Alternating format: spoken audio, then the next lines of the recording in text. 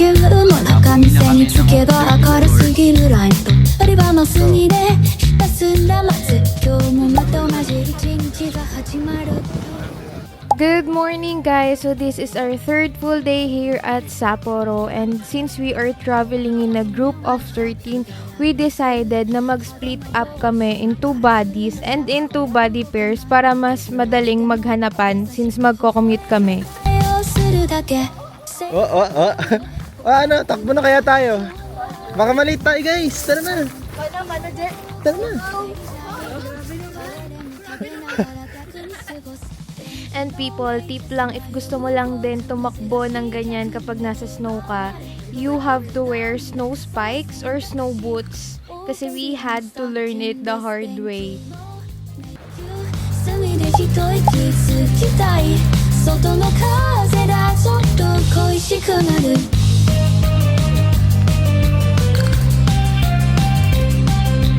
ピーカー探す男の子試してみるとその場で音楽 And this is the very beautiful train ride going to Otaru. And to be honest, cramped, masikip at nakatayo kami nito, pero parang okay lang kasi ganito naman yung view. And if you really wanna enjoy this, siguro tip lang is pumwesto ka sa right side kasi nasa right side siya from Sapporo. Pagkababa nyo naman ng station, dito na agad kayo mapupunta sa lugar na to. And don't make the same mistake na nagawa namin. Pinalo namin si Google Maps and nilayo niya lang kami, umikot pa kami. Pero para makapunta ka sa Otaru Market, akyatin mo lang yung stairs dyan sa left side. And bungad niya na Otaru Market.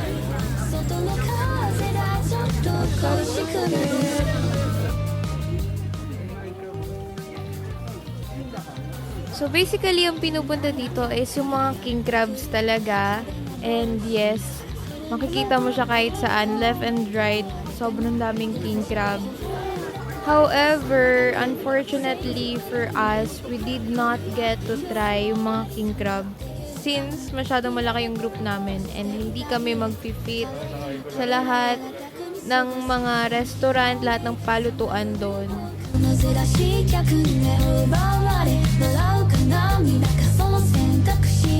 Oh baby, I'm stuck in this thing.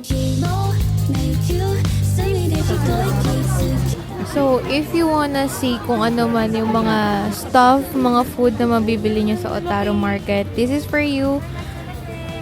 Yeah.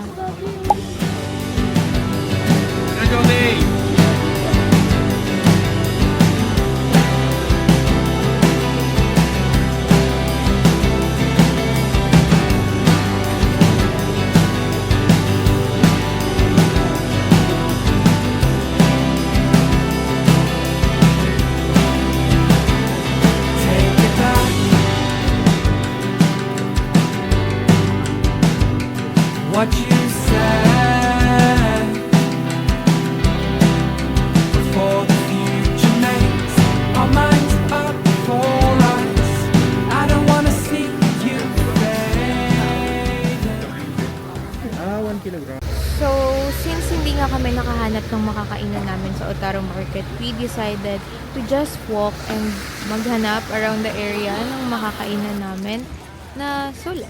Pipi! Truth is in between. Stories we read. Guys, ang hirap ng buhay dito sa Japan. Hindi pa kami nakakakain. Kaya hindi pa kami nakakakain.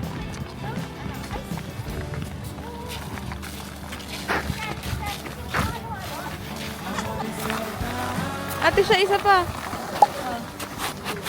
Halo-halo kayo dyan. Ganun pala yun. Wait lang. Bango pala yun. And I was so excited nung nakita ko tong mga strawberry kasi bago pa lang pumunta ng Japan, everybody told me to try strawberry ng Japan. And it's a really good idea. Mag-haul. Real time. Kamil, ba? Parang ano? Excited ako tikman to. Lab, marami yung uwi ah. Nabigyan isa na Yung uwi mo yan? kinakain pala yung balat nila. 15 days. Sabi mo muna kung ano yan. Sarap. 100% kung makatikim ng strawberry na. Guys, di ba yung sa Baguio? Sa Baguio maasim. Try natin to guys, yung sa Japan.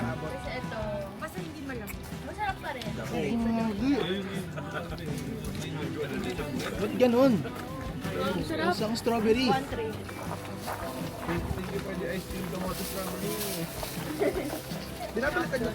Hindi na pala kailangan. So parang kailangan ko lang i-point out kung gaano sila kasarap na sarap sa kamote. And I think you should try too. So while walking, dito kami nakahanap ng kakainan malapit sa building na to. And we found a Japanese restaurant na may seafoods and all actually. And nakapag-seafood pa rin naman kami and enjoy ang food. Masarap.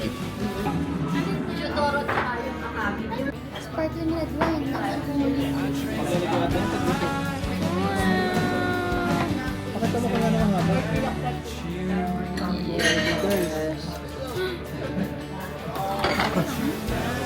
Tuwing ko na lahat? Ba na pala? Para hindi na ako space.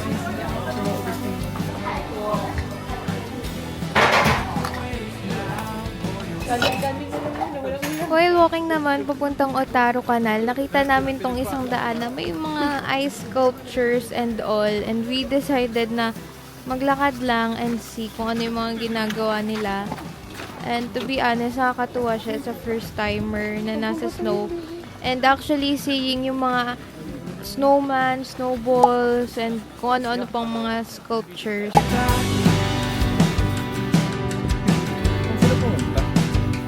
What you said.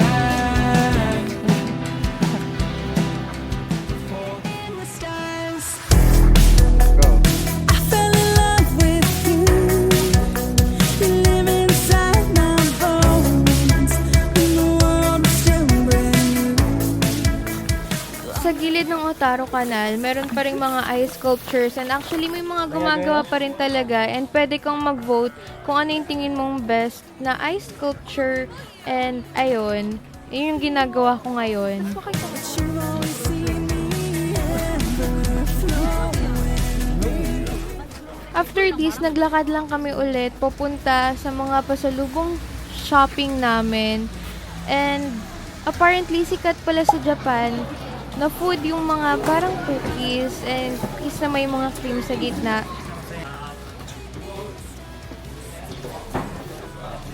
Papakita ko lang din yung ibang mga food and prices if you're interested para may gauge ka na kapag pumunta ka naman sa Japan.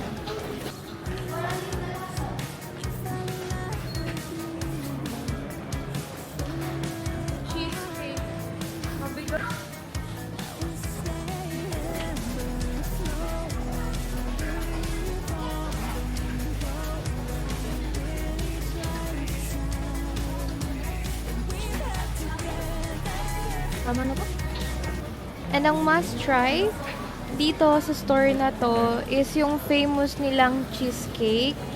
Yung basuk cheesecake. Actually, bumili kami ng dalawa niyan just to eat sa aming Airbnb. We also tried their ice cream and to be honest, lahat talaga ng ice cream sa kanila masarap. Yung street nga pala na to, hindi lang siya para dun sa mga store na yon kasi marami rin tong mga souvenir shop, street foods, at kung ano-ano pa. So, nakaka-enjoy din talaga yung street na to. Yung isa sa mga souvenir shops na napasok namin and to be honest, sana dito na ako bumili ng mga souvenirs like ref magnet kasi mas mura talaga siya compared to Tokyo. Dito nakahanap pa ako ng 165 yen and pagdating sa Tokyo halos lahat 690 yen pataas na.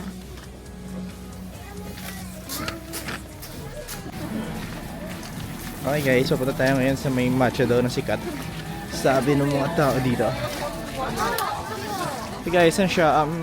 Street siya na puno ng sobrang dami street food. Grabe, hanggang dun yan. Ngayon lang ako nakapag-video pero kanina pa kami naglalakad. As of now, sobrang dulas. So, kung pupunta kayo dito, dapat naka-spike kayo guys or something na magandang sapatos na hindi nakakadulas sa yellow. No? So, ayun guys,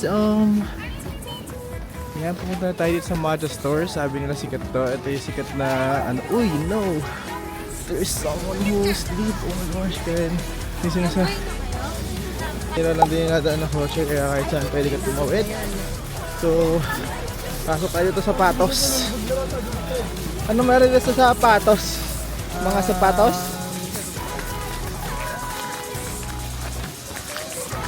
Guys, kung sapatos. Bibili tayo sapatos. Bibi, pwede ka ba sabihin dito na bibili tayo dito sa sapatos? Bakit? So this is one of the most famous na bilihan itong mga pasalubong na to. This is called Letao and actually meron mga 2 chocolate. stores nito just around this street, just around this area. And again, I'll just show you some of the food. And oh my gosh, sobrang daming free taste. Example is this cheesecake na sobrang sarap talaga. Hindi lang kami nakabili kasi sobrang bilis nang ma-expire din. Sobrang lambot. Dito sa cheesecake. Ano, kamusta? Baby? Sarap? Sarap? Sabihin mo. Sarap. Pakita mo sino ka. Paano? Share lang ako ba? Hi guys! So day 4 in the plan is shopping, Media Market, and then Shiroy Koibito. So in the morning pumunta muna kami ng GU. Taxi lang kami papunta para mas mabilis na lang din yung biyahe namin. So if you don't know about GU is a sister company of Uniqlo na mas mura, but yung quality nila is almost the same. As you can see, buong floor na to is designated for Uniqlo and GU lang. So Uniqlo sa left and GU sa right. Pero nag-focus kami sa GU kasi ito yung wala sa Philippines. And mas mura siya. For this shopping trip naman, ang ginawa lang namin is to buy yung mga necessities na kailangan namin for this winter trip. Kasi Kuya apparently kahit gaano karaming dala mo, kukulang at kukulangin ka pa rin. Kasi you need a lot of layers. Okay pa mo bibili? Ay!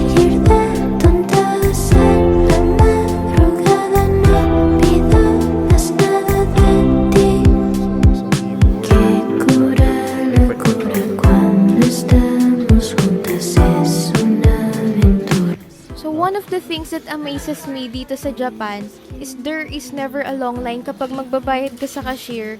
Kasi sobrang bilis lang talaga nila. Kasi as you can see, nilapag lang siya dyan sa table and na-scan na siya lahat. Hindi na kailangan isa-isahin i-scan yung barcode dahil nabasa niya na lahat. And all I need to do is magbayad. Yan na yung sa'yo? Yan na yung sa'yo? 40? Hindi siya mo isa.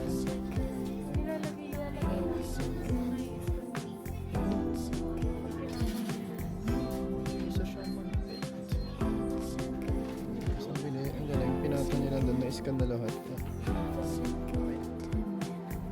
Gala pa nga kami, perfect place dahil meron din pala silang locker sa basement 1. And for only 100 yen, hassle-free na akong nag-travel, nag-enjoy, gumala buong araw. To use this, kailangan mo lang ilagay yung gamit mo, maghulog ka ng 100 yen and i-turn mo na yung susi mo. And okay na yun, balikan mo na lang, pagbabalikan mo na.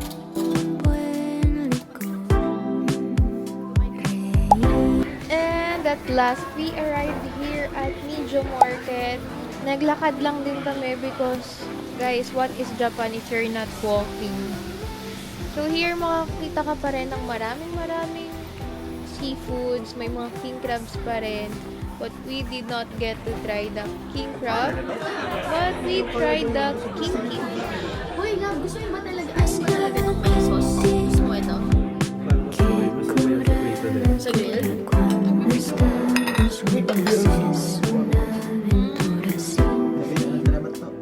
Eres quien me ayuda con todas mis dudas. No te vayas, menos saw this ice cream sa tabi ng daan and sobrang sarap niya talaga. Melon and vanilla flavor and it hits differently with the cold weather and the Ay, snow. mix sa akin. Ayan. Yan. Pakita mo yung ice cream. Ice cream. Then we walk towards a train station para makapunta kami ng Shiroy Koibito. And eto yung mga usual na laman ng vending machines. And if you like coffee, gustong-gusto nila yung Boss Coffee na yan. Kinalangan mo doon sa sister. Ang ganda dito sa Mindiola. Oo eh. Loka. Paglabas naman ng station, walk trip na ulit. And sinusundan lang naman namin si Google Maps. At malalaman mo lang na nasa Shiroy Koibito ka na kapag ito na yung nakita mo.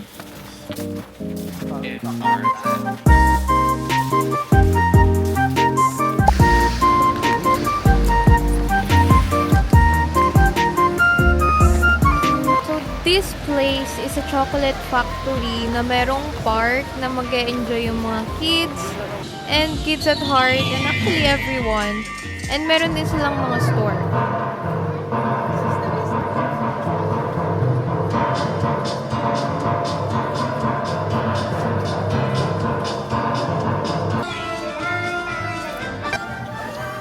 Ayoko kayo.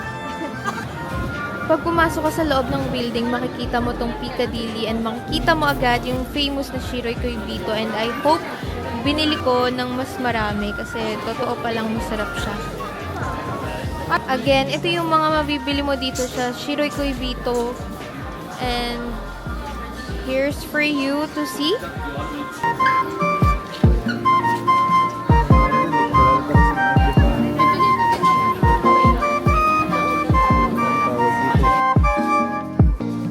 And after securing our goods, pumila na kami dito para bumili ng ice cream and hot chocolate. Ase, pero mo 1K. Tip lang Wala kami guys, 1K. if magta-travel ka to Japan, make sure na lagi kang merong 1,000 yen or coins para sa mga vendo dahil kadalasan talaga vendo ang ginagamit. So, all you have to do is insert yung bill and then choose mo na kung ano man yung bibilhin mo and then maglalabas siya ng receipt, bibigay sa counter and normally yan din yung ginagawa sa mga restaurant.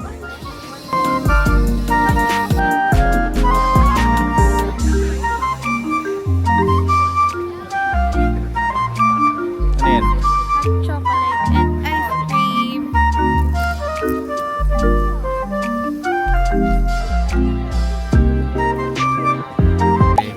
Pumila kami ng 13 floors from the very top up until the very ground. Grabe. Sobrang dami ng We are Beijing, walang, okay? wala naman tao. Beijing, okay? What? HM Beijing.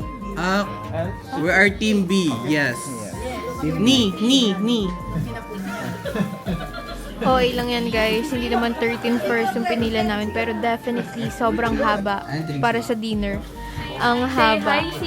Siguro more than 30 minutes din yung wait at yung pila dito sa Soup Curry King. Ano mo sa ibang team? D-Team. Win.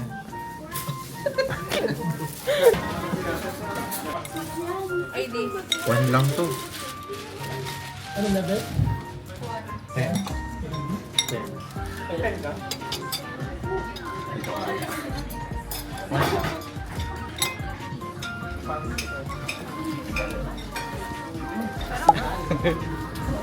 Sila talaga yung hari. How was it? Sila nga yung hari ng curry. Sila nga yung hari. First sarap. taste. Sarap. Sila guys yung, Taste sila test. guys yung tunay na hari ng curry. Sure?